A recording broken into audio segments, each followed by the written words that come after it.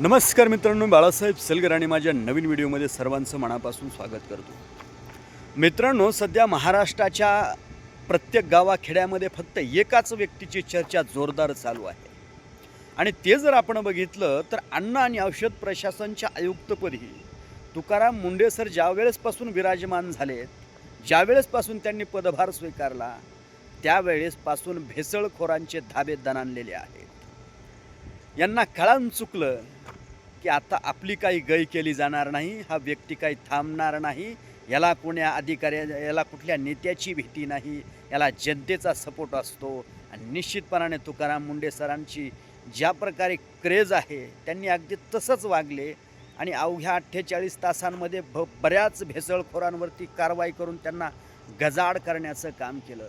अरे, लोकांच्या आयुष्याशी हा खेळ खूप दिवसांनी चालू होता, परंतु याच्याकडे सर्वांचं दुर्लक्ष होतं. शासन देखील गप्प होतं. त्यांचा वाटा घेऊन ते शांत बसायचे. अरे, परंतु आजपर्यंत जे लोक हार्ट अटॅकनं मेलेत, लहान लहान मुलांचे केस पांढरे होत आहेत, वयात न आलेल्या मुलींना मासिक पाळी येते आहे, हे कशाचं कारण आहे? अकाली वृद्धत्व येतं आहे माणसाला.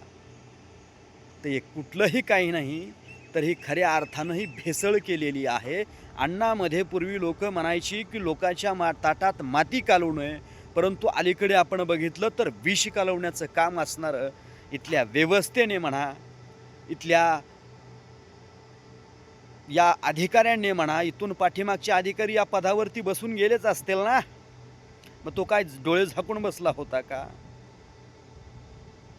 आता तुम्ही एक षडयंत्र करताल, कट कारस्थान रचताल, या व्यक्तीला या पदावरून दूर करण्याचं काम करताल, परंतु तुम्हाला आता जनतेच्या रोषाला सामोरे जावं लागेल, यात काही शंका नाही.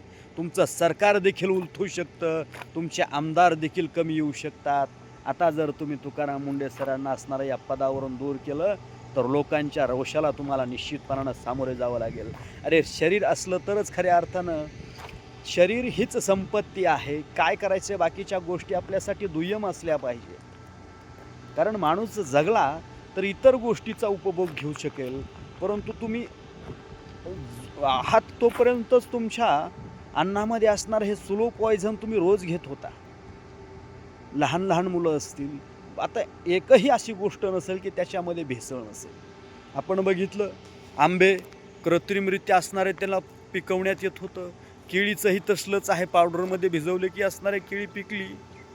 प्रत्येक फळ घ्या, प्रत्येक तेलवर्गीय पदार्थ घ्या, तेल घ्या, तेलामध्ये तर भयानक भेसळ.